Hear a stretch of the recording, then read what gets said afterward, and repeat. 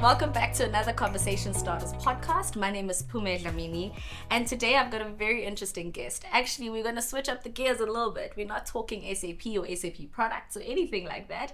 We're actually talking to a recent guest of AFSUG. He was part of the AFSUG Career Day that was sponsored by SAP, and his name is Marco Stavro.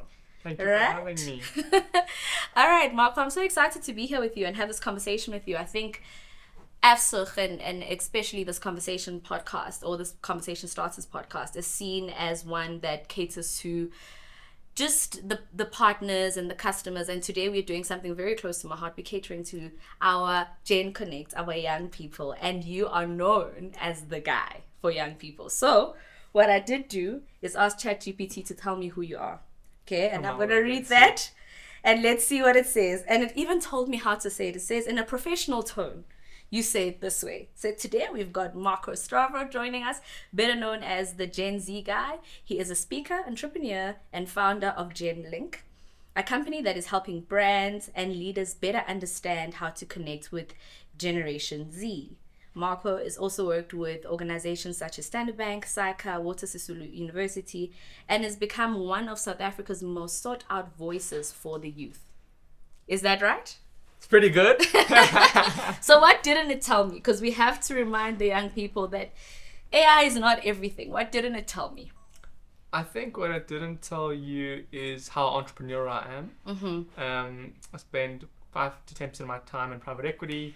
Wow. I spend some time investing and mentoring other entrepreneurs. I think a lot about business, whether it's FMCG brands or consumer stuff. So I love business. I think that's got it clear. It didn't mention that I play for South African pickleball. What? So maybe that's a little side note. You should talk about that more online. Why haven't we seen this? Have I just missed it? No, I mean, I mentioned once or twice, but it's actually more of an escape for me. Okay. It's a meditative escape, and so I don't really like to make it a center of attention or bring it up much. But I'm playing 3 times a week now. What? And as well as padel is that as well. And I think it's so important to have areas like that in your life where you've got build communities, but you also can exercise in a healthy way. It's such a powerful thing, and I'm completely going off script here, but I just thought we should touch in on this, because one would think you spend all your time doing research, working and doing things that are going to result in some form of money coming back to you, but you speak about spending 3 days a week doing something that you love, that you don't even post about that much, that one wouldn't even know about you. Let's talk about that in a country where young people are suffering with mental health, where people are not okay and focusing on themselves. And perhaps just pivot a little bit and talk about what that does for you, focusing on you first and then producing the results. I literally just sent a friend a poster of a stat. Apple did some research on mental health and how pickleball, and I don't know the stat offhand, I don't want to put it incorrectly, but I think it's somewhere like 60% of people have seen a decrease in depression, anxiety through pickleball, and it's acting as a mechanism for loneliness. We know we're in the loneliness pandemic. A lot of people in general, across all generations, are feeling disconnected from their families, with globalization moving in different areas around the world. And then also just a fun way to exercise. A lot of people don't like the gym. And so just to be able to go out, and with pickleball, it's so social, So you're getting the exercise and you're getting the intensity, but then you're also getting the social aspect. And then also what we've done is we created a WhatsApp group with 16 people on it. And there is how we keep each other accountable. So the accountability element comes in. We know that Monday, Wednesday, Saturday, we're playing. And these are the people that are involved. And it's created now we've done business together, we've done life together. Of course. And so it goes beyond the initial engagement, and that's what we're also seeing at work, and we can speak about it, how young people are wanting more than just the work and the financial aspect from work. Connection. We're looking for connection, and I think it's it's easy to think we have connection because you just pick up your phone, right? Correct. and I can just find you and I can look at your story and say, oh, he's doing this right now. But why is that not real? And why should we always keep the difference in mind? The connection of coming and playing pickleball together 3 times a week, yes, and understanding the connection of watching a story.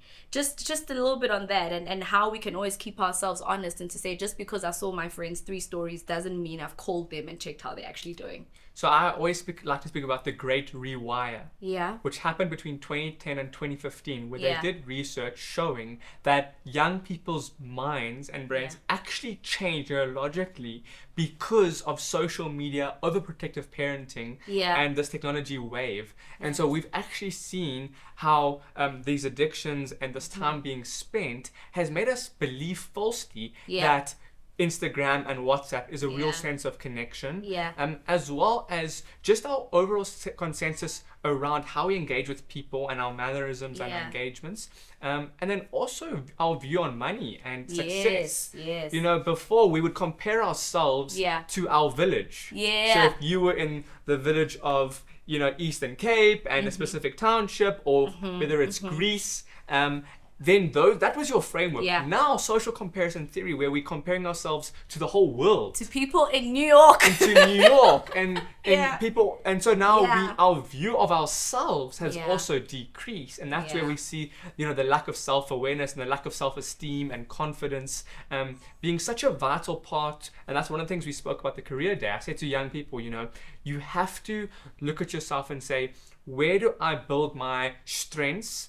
Because what the school system can do in university can sometimes view and put on a pedestal your weaknesses. And if you're not good at math, science, and, you know, become an accountant and a CA, then you're going to fail in life and you're not going to work out. And so there's a lot of untraditional and alternative routes that we can speak about that AI and globalization is starting to create. Yeah, I love that. And you touch on a topic, and I knew I was not going to use my notes for this conversation because we're both passionate about this. Yeah.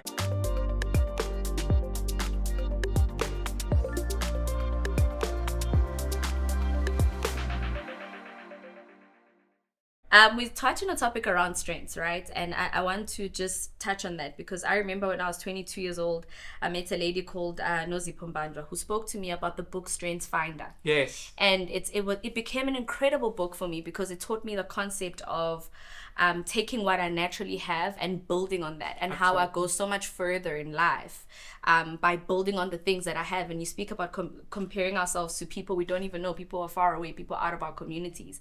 And perhaps we just need to focus a little bit more on our own strengths. And then let's expand on that a little bit, on how you in your own personal life had to find out what are your strengths. Why aren't you going after, you know, being a cricketer or being a doctor? How do you find those strengths about yourself, and then how do you bet on yourself to invest on them? Yeah, so I mean, I think one of the things is like self-awareness. You know, I really dislike the term gap year. Yeah. So whenever a parent or a young person says to me they're on a gap year, I say, no, you're on a learning year. Yeah, love that. Because actually a gap year's got a very negative connotation. Saying that you're behind or you haven't figured it out. When actually, when you're 18 years old, you're not supposed to know what you want to do. And the whole system has geared you towards telling you what you're supposed to do with your life and giving you the small steps. And then suddenly one day when you become an adult and you leave high school and you leave university, now you have to figure it out. Exactly. Because you've got basically unlimited choice and time. And then it becomes where people suddenly are feeling very discouraged or you know, not in their purpose and fulfilled. And so I think what I was very good at, whether it was, some of it was nature, some of it was nurture, just being very self-aware and speaking about what do I really enjoy. From a young age, my mom used to always say, used to watch the show Auctioneers. And that was my first kind of iteration of business. And then when I started doing Instagram and selling sherbet and sneakers, you know, there you could see, okay, this person is really good at starting ideas. They're a start of things. And so very early on, I realized I was always going to start things whether my parents agreed with it, whether the system agreed with it, and not. And then I disliked science, and I always loved history, English, and communication.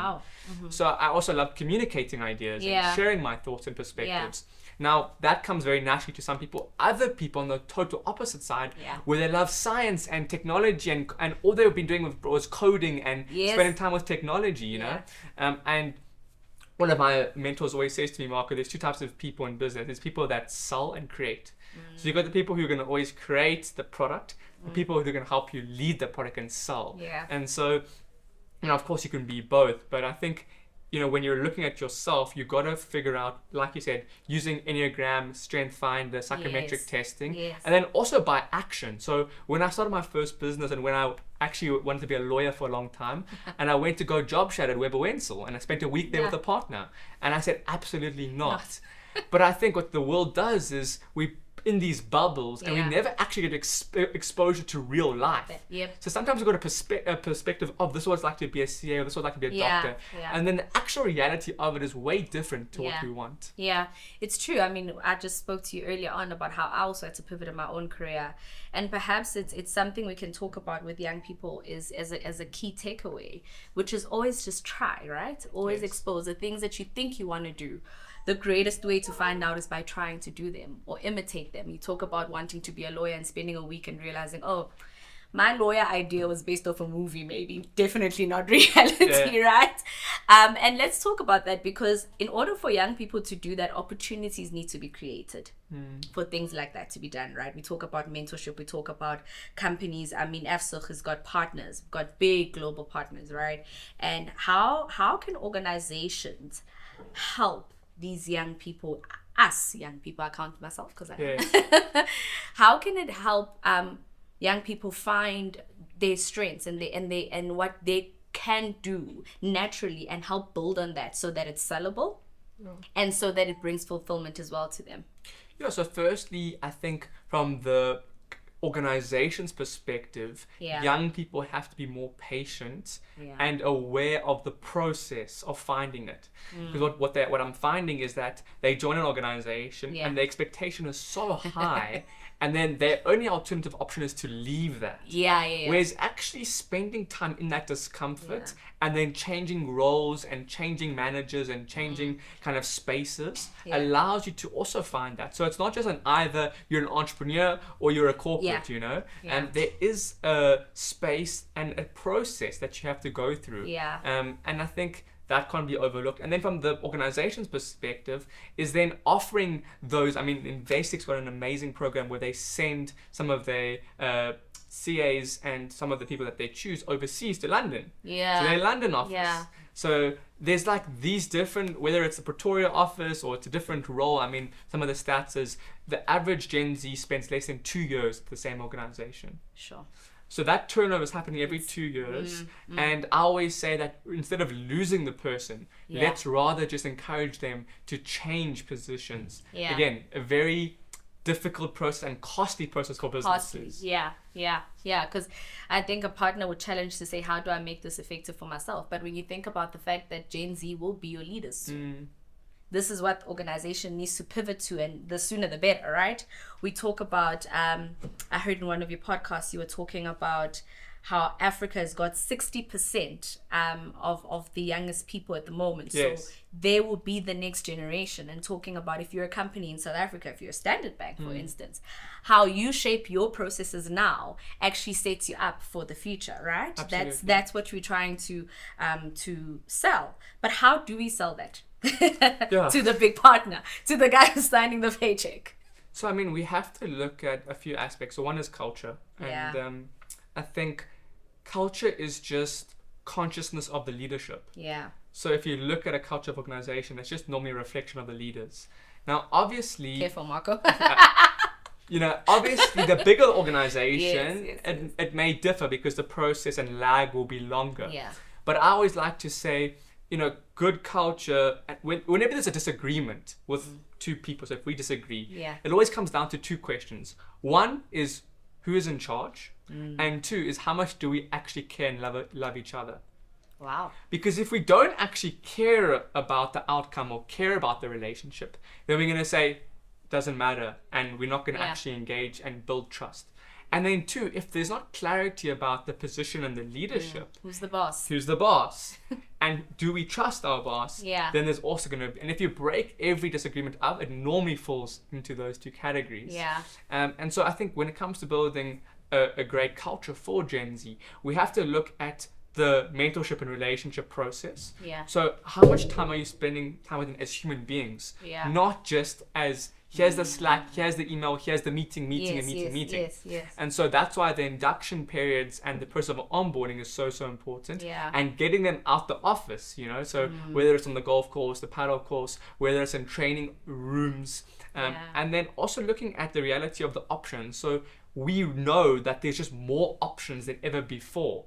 And so young people, by choice and optionality, can say, actually, I don't want this role. Yeah. And there's a reality that organizations have to accept, that they can now work on yachts and work a lot of young people in university are working part-time for Amazon. Yeah. And now, in the 70s, 80s, 90s, that was never possible. But the internet has changed that. Yeah. The other thing is, I think, to force young people back into the office. Now, a lot of young people are going to disagree with you. You might disagree with me and say, I actually don't. We don't want to come back in the cost of petrol, inflation, interest rates. Yes. But I really believe that culture and relationships have to be built in person. And as leaders and in leadership roles, enforcing that experience and that understanding of how both client, and one of the things I spend a lot of time doing is EQ training. So actually, how do you do public speaking? How do you negotiate? How do you deal with disagreement? Because that's where the missing gap is with a lot of Gen Z. Yeah, I want to talk a little bit on that, because I've often wondered, what does it look like in 2025 when you're starting a job and you're a young person and they spend 4 days at home and 1 day in the office, and you knew, right? And we're trying to foster this culture of connection and mentorship and finding the people. But what does that look like when someone is just an initial on Teams? Yeah. It's very difficult. And I didn't have that experience. But thinking about another young person now, and perhaps someone who's in those shoes, what can we do? Organizations can enforce it, but people don't want to. Yeah. What is a practical thing to do? And perhaps let me shape this question properly. Yeah. What do you do as a young person where that is your reality? And what can organizations do better in helping people understand in organizations that it's not just about you, but it's about the entire company? Look, I think there are very few organizations that will be opposed to a young person wanting to spend more time in the office with leadership, being kind of shadowing them. I've never heard a leadership position person say to me, Marco, I wish this person spent more time in the office. I wish they spent less time in the office, and so I think that's the first thing. And then I think finding ways to connect on a human level, whether it's asking questions or one of the questions I asked you, I think we must share that, is when was the last time you cried and why? Yeah. And really getting back to humanizing the experience. Yeah. I think from an organizational level, a lot of organizations are doing it, but curating spaces for that, whether it's events, whether it's one-on-one conversations, whether it's even going and solving problems in the community. So going and doing, NGO work and community work and traveling. Something when you travel, something happens. Yeah. You build a relationship. Yeah. So I think those are some of the practical elements. Yeah. I think also we have to rethink how we view the work in terms of, when I speak to a young person, that's typically, Marco, I don't work for Discovery, I work for Adrian Gore. So they're buying into these narratives, they're buying into the personal experiences. And what I always say is, people stay because of their friends over the fact that they don't enjoy work. Exactly. Yeah. So workspaces are now becoming friendship hubs. Yep. For good or for bad. Yeah. That's what's becoming. I don't know if you've seen that with your work. Yeah, and I think it's, you even talk about there's memes and there's TikToks around when your work bestie is not at work and now your brain is like, who do I talk to, right? And that is the connection we're talking about, and insisting on that as young people, insisting and not wanting to be left behind on that just because the company structure says, oh, you need to come in 2 days a week, whatever the case is, because I think that goes back to the very beginning of this conversation, which is it fights that loneliness, that hardship that is so inherent the older you get, right? Things are hard, but insisting on that connection. Can I ask you, do you have a side hustle? My employer's gonna look at this and be like, but I do a few. So what I've always found is when I've asked when I do work, who raise your hand if you've got a side hustle, most people put up their hand. Yeah. So I always encourage organizations, don't fight against the hustle. Support the hustle and let them do good work whilst having that. If you try and shut it down and close it, people will build that resentment and frustration. Exactly. This idea that I can't bring my whole self to work. I need to pretend to be something I'm not. And also to pretend to be interested only in one thing.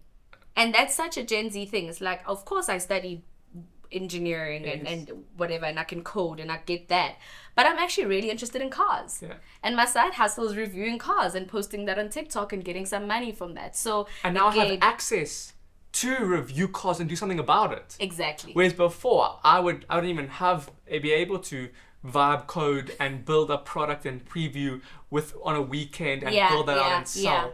So again, the landscape has changed. Technology has disrupted everything, for good and bad, a lot of bad, but I just wanted to bring up that side hustle point because it is a reality in work.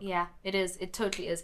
And we've shaped this conversation a lot around the Gen Connect, who is part of our audience in Conversation Starters. And I also want to talk about the responsibility that lies with the partners, that lies with some of our network at AFSUG. But before I do, I want to just quickly touch on something around when you're young, right? And kind of finding your feet. Is this idea that you think other people know. And I bring this up because I heard in one of your talks you were saying, actually, the more you listen to people, especially high up people, you realize nobody really knows what they're doing. And it's the most fascinating thing that you find out. And I say this and I bring this up because I want to ask you to talk about how curiosity is actually the key more than the confidence and feeling like you've got it all figured out, right? It's the idea of starting and trying and knowing that is what everybody else is also doing. So a lot of young people will come from a place of arrogance, and arrogance hurts you, but curiosity helps you. So I always like to lead with, what is your biggest need? How can I help this person who believes that I can't help them? Most of the time think there's no ways, but I will always try and find a way, and lead with, and you'd be surprised. I mean, I've done over 150 plus strangers coffees with people that I've never met through email, LinkedIn, events that I've met. And I've never really gotten to say no. People never say no unless they're really busy traveling. Maybe they'll ghost me. But the initial yes will always be sure. I'm happy to take the time. And I think the follow-up process is key. So a lot of young people don't follow up. They just get no yes or they get ghosted once. And I'm so good at just making sure if the person says yes and they mean it, I'm going to make, until they literally say, please stop calling, please stop emailing me, which they've never done, And so I think that's the first aspect, is curiosity. And then the second aspect is the self-belief element, where you have to believe that you are worthy. You have to believe that you have something to say. And, never put people on a pedestal. I've been so grateful to meet listed CEOs and celebrities now. And every time I meet them, I'm like, wow, they're so ordinary. And they're so ordinary, and they come up with these amazing ideas and these concepts, but they've went through a 20-year, 30-year process similar to mine. And so there's a lot of relatability when it comes to that. And you also, I think a big thing is to have grace and to have, be more acceptable to where you are and not this pressure. So even with myself, and I recently just did a LinkedIn post on my business and career coach, and she always has to tell me, Marco, relax, you're doing well. Don't rush the process. Enjoy it. Play pickleball, travel. This year I went to Europe and I traveled, and even one of my investors, while we were on the phone, he's like, I know you don't want to go on holiday. You want to stay here and work. And I said to him, no, I want to switch off. I want to. I love, one of my favorite books is a guy called Cal Newport. He wrote A World Without Email, and it challenges us. What would our life look like without email? And so I think it's those aspects are important. I'm with you, and I think, we touch on this idea of curiosity, but also I want to talk about the guys who've also just been really struggling, because I think there's a reality check we need to have in this country as well about where we are and our unemployment rates, and this idea of like hearing about these big organizations, and we're going to talk about the organizations just now as well, but them retrenching and all of that. So touching on the stories that we all have, and the tenacity it takes, and the trying and trying to do things differently, is what do we say to kids who are listening to this right now, or young people who are going, I wish I could, I wish my problem was going to the office once a week, but I don't even have that opportunity, I don't have that chance. And it's a sad and a tough reality to talk about, but it is one that we need to, because that also creates the depression that we have in this country. Look, I mean, I'm going to be very honest and say I live in an absolute bubble, and I'm very ignorant to the realities of 95% of South Africa, right? However, that being said, I'm so encouraged by so many of the township economy growth and opportunities that the internet and LinkedIn have provided. So I've literally seen young people using social media to get themselves and their families out of poverty. And when I do speak to young people and say, how many people have you reached out to on LinkedIn? How many events have you been to? Free events. They're zero. At this career day at AFSUG, I said to guys, how many of you guys have been to a business event? Raise your hand. Not one person put up their hand. So that is not due to a lack of opportunity. That's due to a lack of, number one, awareness. Many of them don't know where to go or how to. And then two, urgency. Because at the end of the day, it comes down to that drive and that urgency to make it happen, to figure it out. And that isn't a wealth necessarily thing. It's a confidence thing. It comes from wealth. But it's not necessarily like, oh, well, because I had a certain amount of money in my bank account, now I was more willing. No, it's a drive thing, And so I actually sometimes wish... I mean, and I create my own pressures in ways, but pressure is a privilege, and so I think, knowing that, using platforms like LinkedIn, using email, coming to events, and you just have to search business events happening in Johannesburg, and volunteering. If you can't afford a ticket, volunteer. Many of these organizations will gladly pay for your transport and pay per hour to have you volunteer. As long as you have a smartphone, you can go to a coffee shop, use their Wi-Fi. There's almost no excuse anymore for a lot of people, and never mind the people that we speak to that are at university at Wits and Tux. They have even a less of an excuse. So I think my advice would be is to use these platforms, double down on them, optimize your profile, spend the time. I mean, we did our thing and said, please reshare these posts. We got such amazing, from this AFSUG career day, I think it was like 20 people shared their experience of the event on LinkedIn. What does that do for a young person? Now they get clarity of the event and their thoughts because they're forced to write about it. Their network now opens up because they get to meet people through that. They create momentum. A lot of life is momentum. So the more you actually do, the more momentum you create. So those three things are massive just from that event. And so I can encourage any young person to join SAP, join AFSUG, come to these events for organizations to partner. We're seeing it, whether it's Josie My Josie, whether it's South African Future Trust and the Oppenheimers, what they're doing. There's all these events and opportunities that are happening for young people to engage with. It's actually our responsibility as Gen Z to now engage. I love that. I absolutely love that, because I think, again, the more you talk to people, you will realize that a lot of the things that happen in life are just about being at the right place at the right time. And you don't get there from being at home and not opening yourself up. And it can get discouraging, but you were talking about now around, the people that you've reached out to, and how you only will stop if somebody says stop. If somebody says you're being annoying, stop, then only will you stop. But not this idea that you would just stop because it's a bit uncomfortable or it doesn't feel great. So I love that. And I can share maybe two examples of that. The one example was of how I got accepted into Henry Business School at age 17. So I was share that. Yes, I was sitting in St. Stithians, and when I was actually transitioning between that school and Cambridge, I was doing a study center, and I reached out to Henry Business School on email and said, hey, so-and-so, I'm interested in coming. Would you be able to have an interview? And they said, absolutely not. You got too little experience. And we only accept people with 5 years experience and have been in the business world, etc. And I was like, okay, Philip, what am I going to do? Because I wanted that practical part-time education. And so I actually found and stalked the dean of the university on Instagram. He had about 80 followers, all family photos. And I sent him a voice note on Instagram saying, hi, so-and-so, I'd like to interview on my podcast and talk about all these topics? And he said, absolutely, set up the interview. And at the end of the interview, I mentioned to him in passing, by the way, I've applied to Henley Business School. So-and-so said that I'm too young. He phones the person on the interview and offers me a scholarship and position to Henley on that call. There you go. And the same thing with my investor. I mean, I reached out for 2 years, every month to try and set up a time with this guy. He ended up giving me an office space and investing in the business. And now we're doing private equity together. And, so that one relationship and then one pursuit set up my career of serendipity, whereas it wasn't that I was just born into that.